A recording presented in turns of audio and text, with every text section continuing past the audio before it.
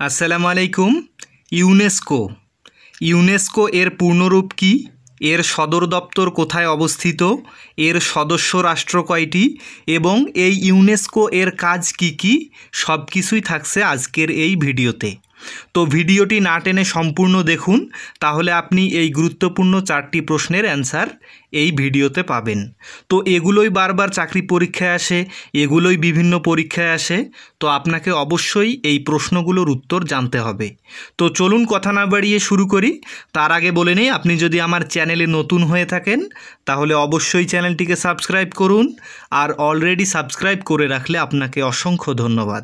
তো দেখুন যে ইউনেস্কো এর পূর্ণরূপ কি। এর পূর্ণরূপ হচ্ছে United Nations Educational Scientific and Cultural Organization.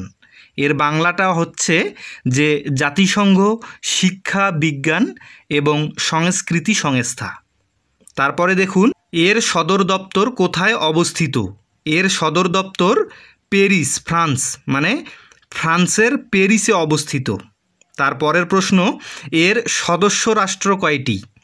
এর সদস্য রাষ্ট্র 194টি, এটা হচ্ছে 2025 সাল অনুযায়ী, এবং 11টি সহযোগী সদস্য রাষ্ট্র এখানে সহযোগী হিসেবে কাজ করেন। তো তারপরে যে প্রশ্নটি সেটি হচ্ছে যে ইউনেস্কো এর কাজ কি সেটা দেখে নিন। তো এবার প্রশ্ন দেখুন যে ইউনেস্কো এর কাজ কি।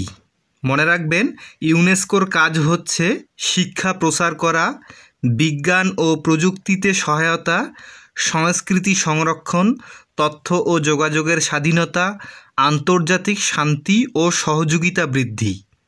তো এটাই আজকের ভিডিওতে আপনাদের জানার বিষয় ছিল যে ইউনেস্কো এর পূর্ণরূপ, এর সদর দপ্তর, এর সদস্য রাষ্ট্র, এর কাজ কি।